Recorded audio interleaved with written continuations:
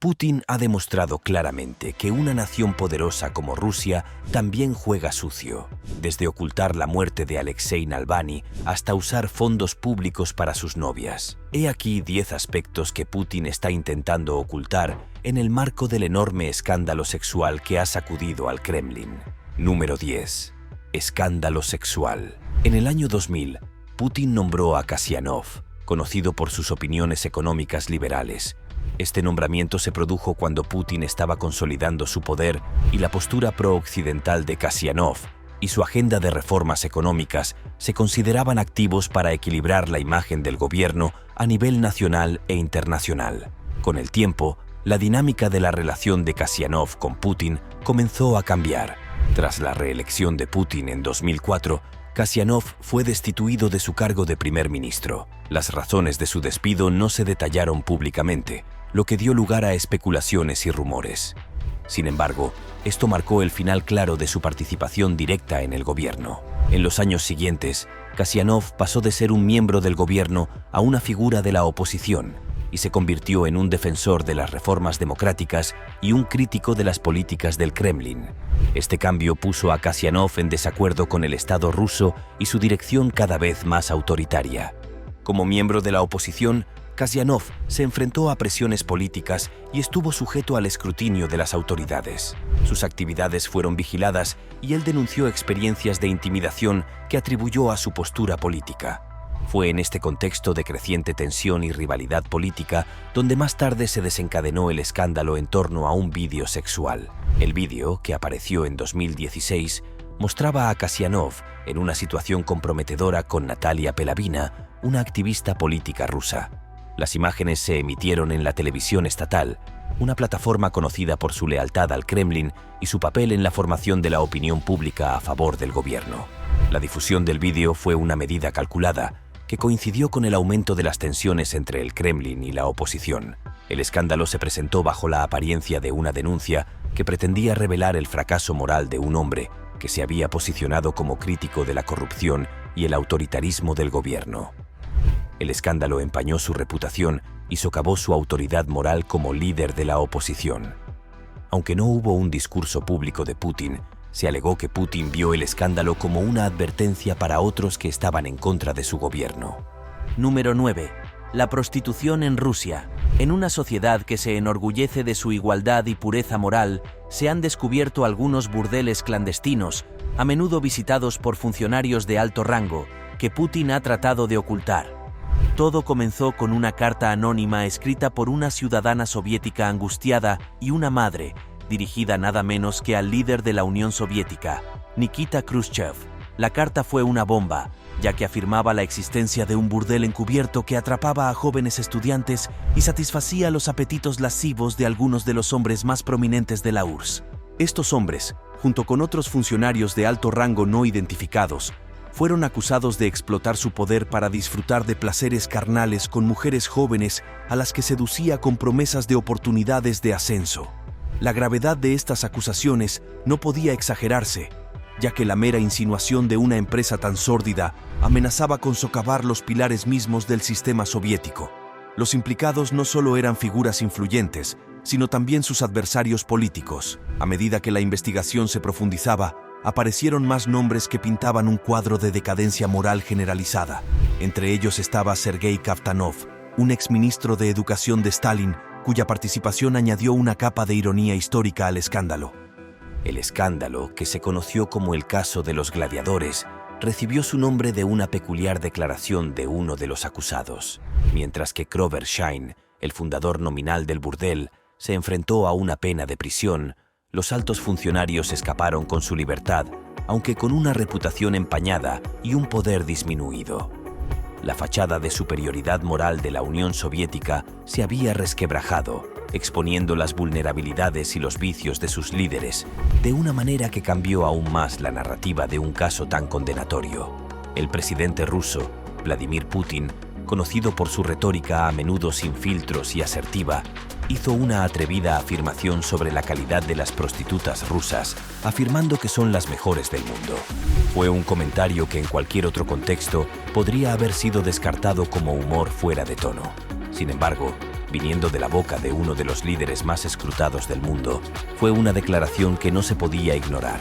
Al presentar su comentario como una broma, Putin eludió hábilmente las posibles consecuencias diplomáticas y al mismo tiempo puso en duda las acusaciones contra Trump.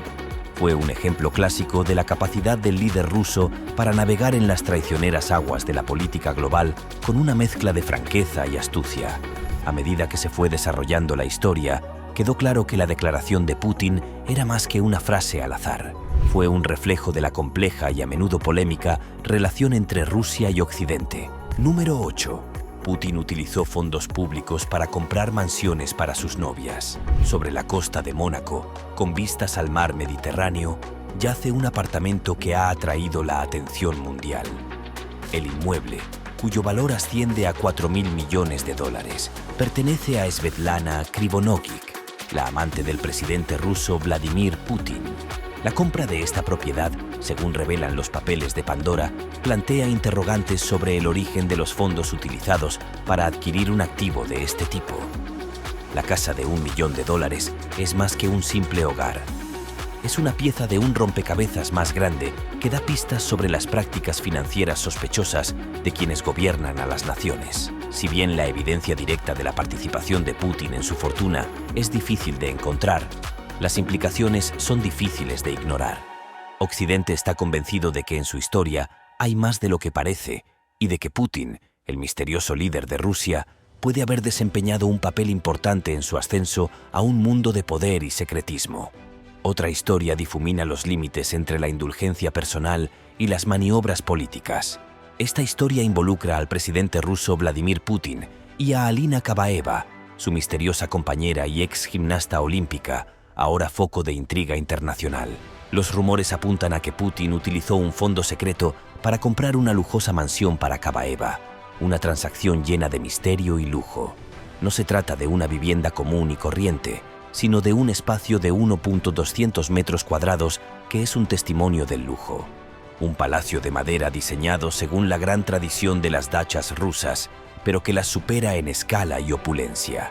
La mansión supuestamente adquirida para Alina Kabaeva es una maravilla de la artesanía y la destreza arquitectónica, un refugio privado ideal para quienes están acostumbrados a los más altos niveles de poder y privilegio. La ubicación de esta finca palaciega es estratégica, ya que se encuentra a unos 400 kilómetros al noroeste de Moscú, lo que ofrece aislamiento sin aislarse por completo del pulso de la capital. A nivel internacional, la reacción ante el supuesto uso por parte de Putin de un fondo secreto para fines personales ha sido de condena y preocupación. Los gobiernos occidentales y las organizaciones de derechos humanos han criticado durante mucho tiempo a los dirigentes rusos por su falta de transparencia y rendición de cuentas, y estos últimos informes no hacen más que reforzar la narrativa de un régimen que opera con impunidad. Putin también compró en secreto una casa para su joven amante, Elisa Karcheva, después de una controvertida sesión de fotos con connotaciones sexualmente sugerentes. Esto era inusual en la política conservadora rusa y sugería que había algo más en la historia. Los informes indicaban que poco después de la sesión fotográfica se había comprado una casa lujosa en un distrito exclusivo de Moscú, muy lejos de los medios de Kharkiva, cuando era un joven modelo. Sin embargo, la audacia de sus supuestos amoríos, resaltada por el regalo de una mansión a cada una de sus novias secretas, lo hizo particularmente sensacional.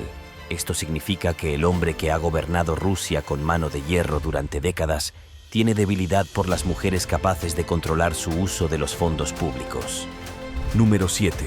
Muerte de Alexei Navalny. El agudo ingenio de Navalny y sus habilidades legales lo ayudaron a analizar documentos financieros complejos y descubrir negocios turbios en las corporaciones controladas por el Estado ruso.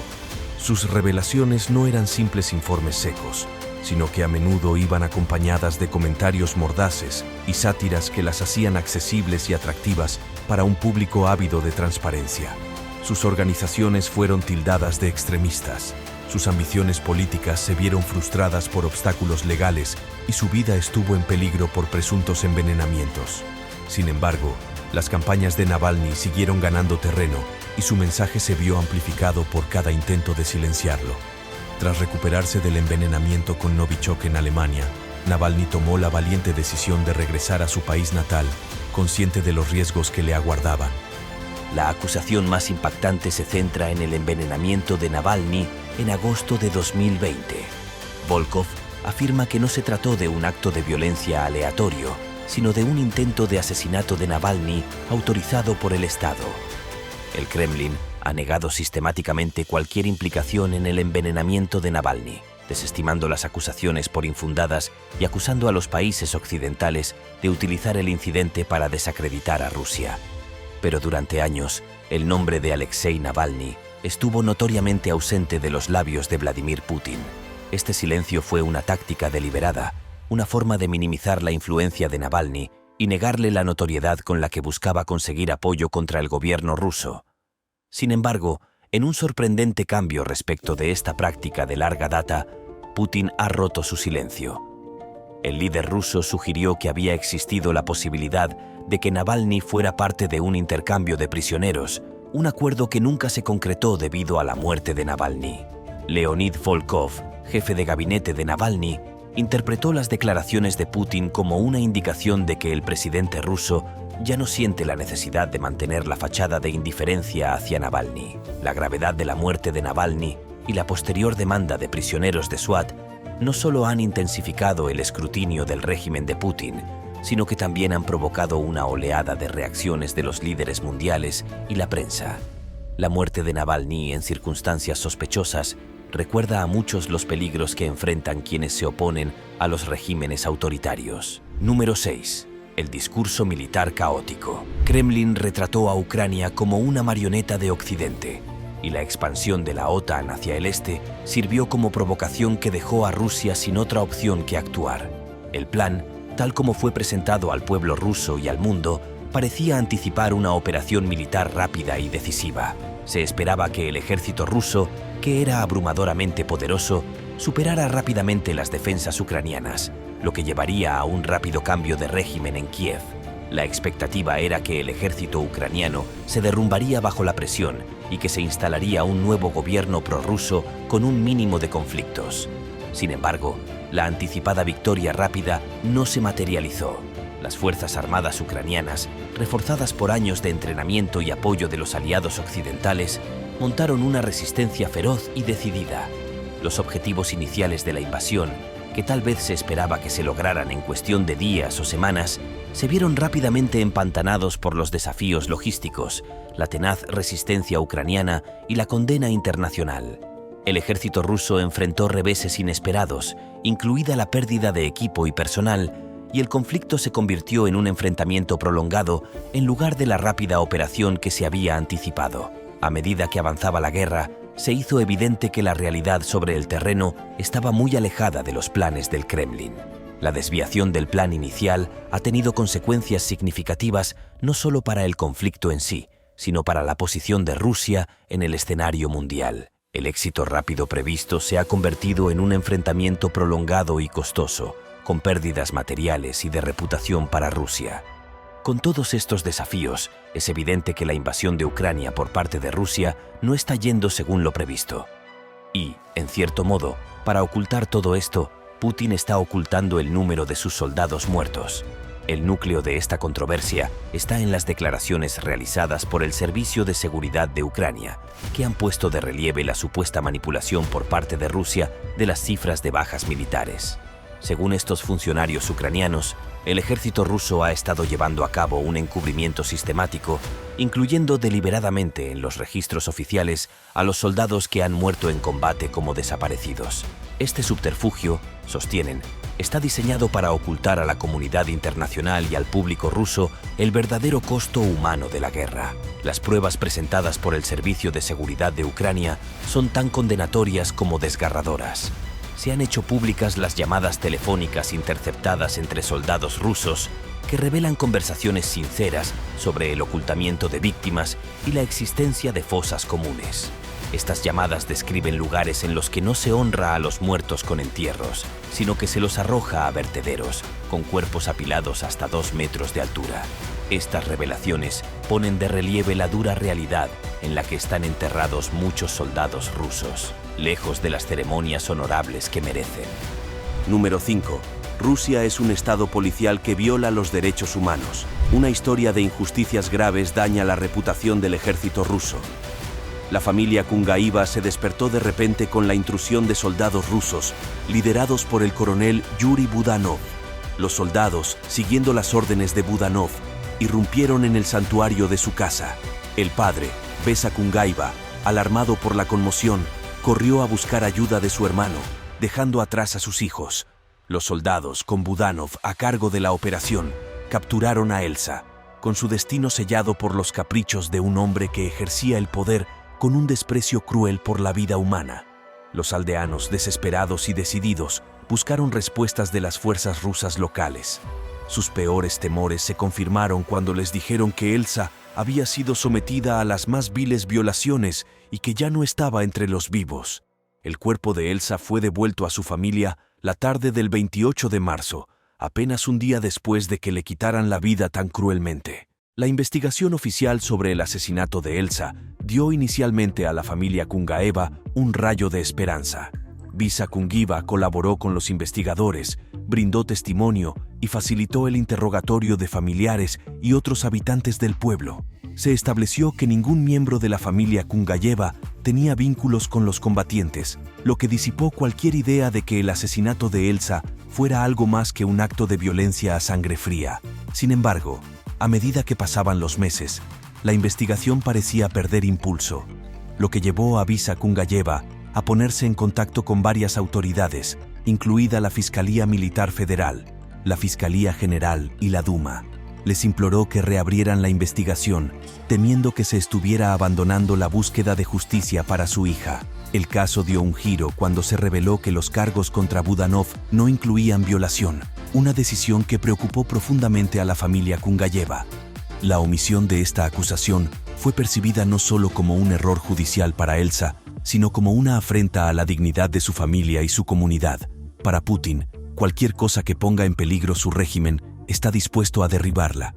Número 4. Su debilidad. En un intento de no empeorar el creciente malestar dentro de Rusia ni socavar la imagen de infalibilidad de Putin, Putin puede cancelar su maratónica conferencia de prensa.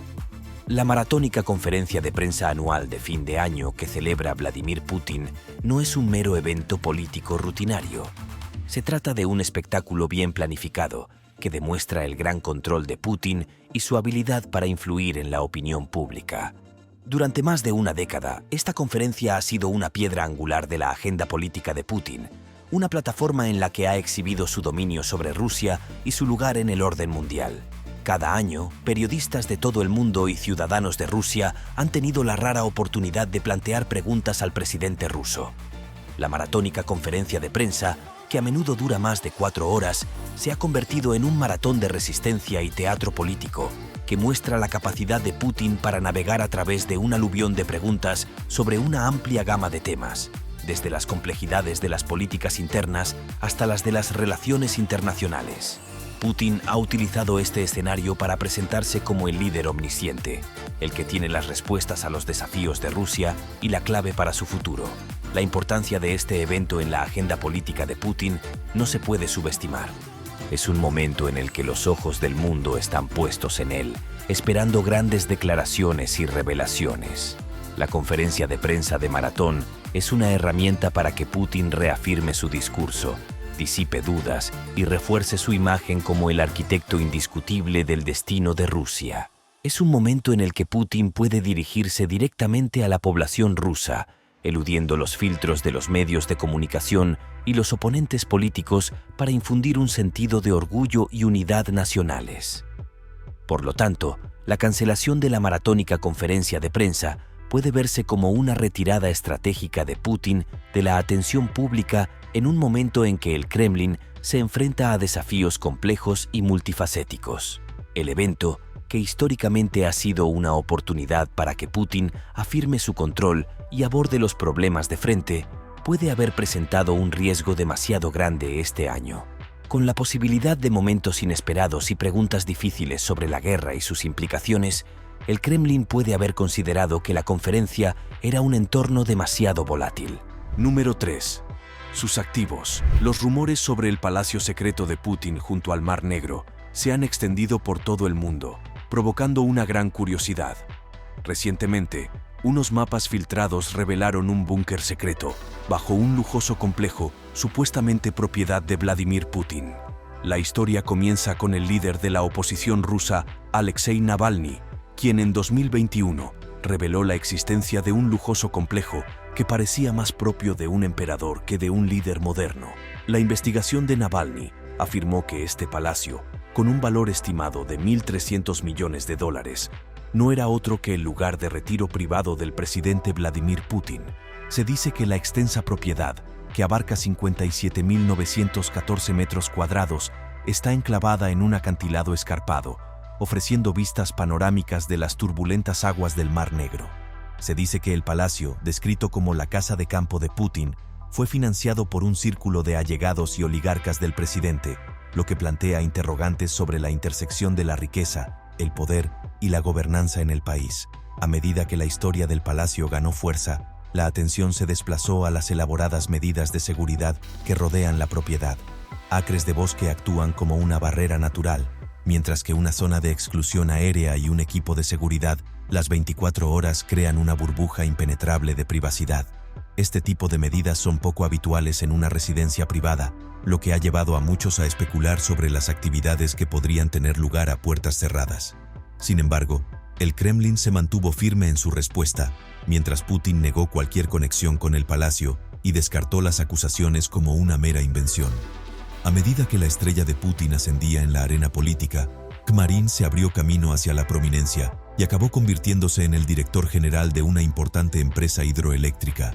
Sin embargo, a pesar de las exigencias de sus importantes funciones, la conexión entre los dos hombres se mantuvo firme. Kamarin, tal vez buscando reavivar la intimidad de sus días anteriores, se embarcó en un proyecto que era tan ambicioso como personal: la construcción de la villa de pescadores. La villa debía ser un santuario para Putin, un lugar donde el líder pudiera escapar de las presiones del Kremlin y disfrutar de la soledad de la naturaleza. Cada detalle de la villa, desde las lujosas comodidades hasta la ubicación apartada, fue elegido teniendo en mente a Putin, lo que demuestra que Komorin entiende los gustos y preferencias de su viejo amigo. Pero la construcción de la villa fue más que un simple acto de amistad. Fue una jugada estratégica en el complejo juego de influencia y poder.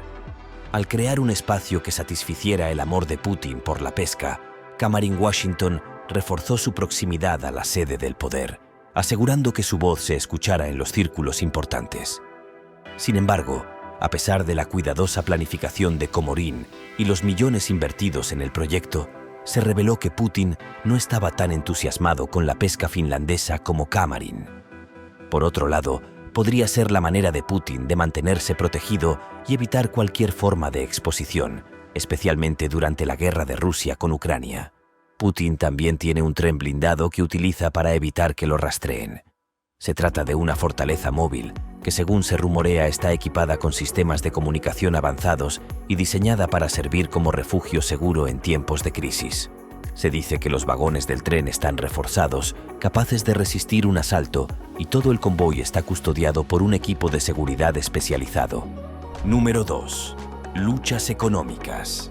En una decisión sorprendente, los países occidentales congelaron los activos del Banco Central ruso, lo que detuvo una gran parte de las reservas extranjeras del país. Esta acción sin precedentes dejó paralizado el mecanismo de defensa financiera de Rusia, socavando la capacidad del país para estabilizar el rublo y controlar la inflación. El valor del rublo se desplomó, lo que hizo que los precios se dispararan y erosionara el poder adquisitivo de los rusos comunes. Las sanciones, que apuntaban a debilitar el poder económico de Rusia, apuntaron a la fuente de sustento de su sistema financiero, las exportaciones de petróleo y gas, que representan un asombroso 40% de los ingresos presupuestarios del país. En un giro dramático de los acontecimientos, las sanciones de Occidente obligaron a Rusia a desviar sus exportaciones de energía y buscar nuevos compradores en Asia y otros lugares. La Unión Europea, otrora un consumidor voraz de energía rusa, ha reducido drásticamente su dependencia, dejando a Moscú con un superávit y una lucha por encontrar mercados alternativos. Está claro que la moneda rusa ha caído y el gobierno está sumido en una crisis financiera. Las sanciones no solo han interrumpido las ventas, sino también el acceso a tecnología e inversiones vitales. Las empresas occidentales, que en su día eran socias de Rusia en la exploración y producción de energía, se han retirado, llevándose consigo conocimientos y equipos esenciales para explotar las vastas pero difíciles reservas de Rusia. La trayectoria de las políticas económicas de Rusia ha tenido profundas implicaciones para su medio ambiente. El motor económico del país se alimenta en gran medida de la extracción y exportación de recursos naturales, una política que ha provocado una importante degradación ambiental.